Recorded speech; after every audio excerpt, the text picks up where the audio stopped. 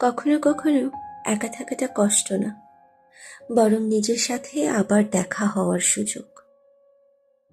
এই ভিডিওটা কোনো প্ল্যান করা ট্রিপের ভিডিও না, অথবা খুব প্ল্যান করে বানানো স্ক্রিপ্টও এটা না।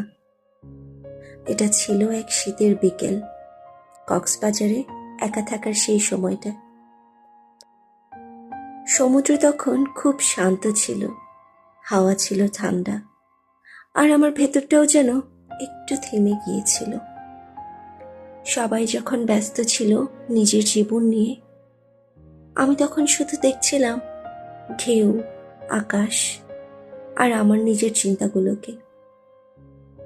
কখনো কখনো জীবন আমাদের একটু থামিয়ে দেয়, যাতে আমরা নিজের সাথেও একটু সময় কাটাতে পারি, নিজের চিন্তা ভাবনাগুলোকে একটু নাড়াচাড়া করতে পারি।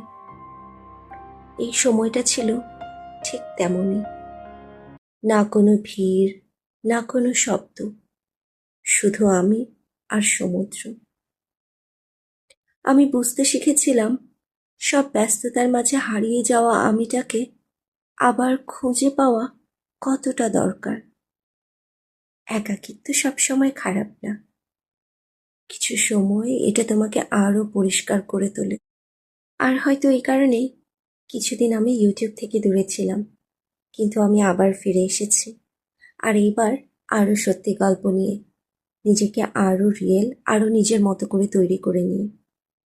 যদি তুমি এই ভিডিওটা শেষ পর্যন্ত দেখে থাকো, তাহলে তুমি হয়তো বুঝতে পারছো একা থাকার বা নিজের মতো করে থাকাটাও যেন একটা নতুন গল্প।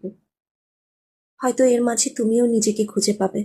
আসলে এই ভিডিওটা অনেকদিন পরের একটা ছোট্ট ফিরে আসা। কখনো কখনো আমরা হারিয়ে যাই না, শুধু থেমে যাই।